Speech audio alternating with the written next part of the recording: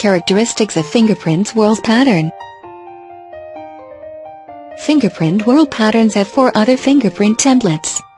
There are plain whorl, central pocket whorl, double loop whorl, and accidental whorl. Between 25 and 35% of the patterns encountered consist of whorls. In a whorl, some of the ridges make a turn through at least one circuit. Any fingerprint pattern which contains 2 or more deltas will be a whorl pattern. In the scheme of classification, you can make the assumption that if a pattern contains no deltas, then it is an arch. If it contains 1, and only 1, delta, it will be a loop, and if it contains 2 or more, it will always be a whorl. If a pattern does contain more than 2 deltas, it will always be an accidental whorl. Plain whorls. As with any whorl, there must be more than one valid delta or else it is a loop.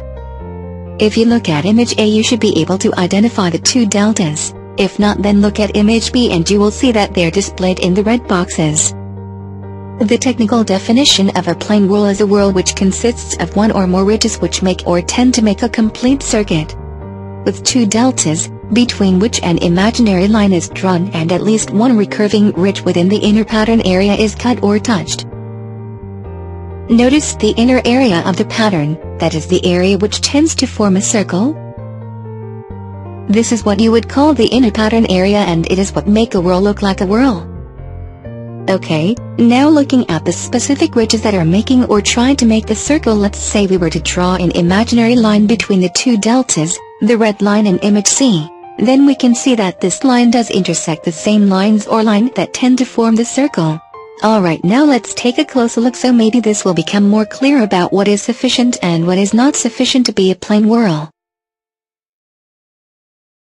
Take a look at image D and you can see the inner pattern area in yellow that forms or tends to form the circle part of the loop. Notice now that if we draw a line from delta to delta, we do not intersect the lines that are forming the circle. The same thing is true for image E. Take a look at image E and see if you can determine the inner pattern, that being the ridges that form or tend to form a circle. Can you see that if a line is drawn again from delta to delta, that no lines that form the circle are intersected? Now look at image F and see if you can identify the ridges that are forming or tending to form the circle or inner pattern. Notice now that when we draw a line from delta to delta, that this inner pattern, or the lines forming the circle, are intersected. Image D and image E are examples of central pocket whorls. Image F is a plain whorl. This is the first part of identifying a particular whorl. In this process we merely identify the pattern type. In this case we have identified what it takes to be a plain whorl. Central pocket whorls. A central pocket whorl consists of at least one recurving ridge, or an obstruction at right angles to the line of flow, with 2 deltas, between which when an imaginary line is drawn, no recurving ridge within the pattern area is cut or touched. If you look at the pattern area of the 3 images at left, you will notice that the actual lines that make a circle are very close to the center, and there are not very many of them. In fact, only about 2 or 3 on image G and about the same on image H. To make the determination of the type of pattern, we must draw an imaginary line between the 2 deltas that appear on the print.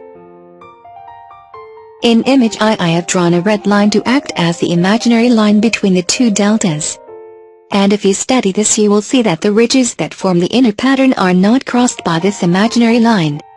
This makes it a central pocket whorl by definition. If the ridges of the inner pattern were crossed, then this would be a plain whorl.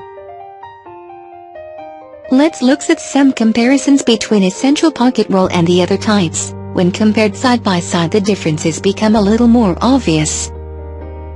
If you look at image G, you can see that the imaginary line, in red, does not cut across any ridges which form the inner pattern area. But if you look at image H, you can see that the imaginary line does, in fact, cut across the inner pattern area, or the ridges which form or tend to form a circle. The pattern in image I might at first glance be taken for a plain whorl, because if you were to draw the imaginary line, it would cut the pattern area. But you will notice there are 2 core areas in this pattern, which are shown by the red pointers. Because of the 2 cores, this pattern is a double loop whorl. Double loop whorls. A double loop whorl consists of two separate and distinct loop formations with two separate and distinct shoulders and two deltas. The technical definition for this pattern type is fairly straightforward. There must be two separate and distinct shoulders for each core. If you look at images J and image K, you can clearly see that there appears to be two separate loops inside of this whorl. In most cases this means that the pattern will most likely be a double loop whorl, but not always. The problem lies in the separate and distinct shoulder requirement sometimes. If you look at image L, you can clearly see that there are separate and distinct shoulders created and shown in the red and blue. The shoulders of each core must comprise separate lines. This means that they can't be the same, obviously. By using a little creative editing, I have now changed image L and the way it appears in image M. The significant change is that I have edited this image so that both the parent shoulders, cores, now use the same line, indicated in red. Because they both now use the same line to form the shoulders of each core, this is no longer a valid double loop whorl. If there is a problem with identifying a double loop whorl, it is probably because of the failure to either identify that there is a separate and distinct shoulder to each core. The last, accidental whorl. Under this heading are the relatively small number of patterns too irregular in outline to be grouped with central pocket loops and double loops. They have two or more deltas and a combination or fusion of two or more types of patterns, not including the plain, radial or ulnar arch. This category also includes any freak pattern or accidental formation that does not conform to any conventional type.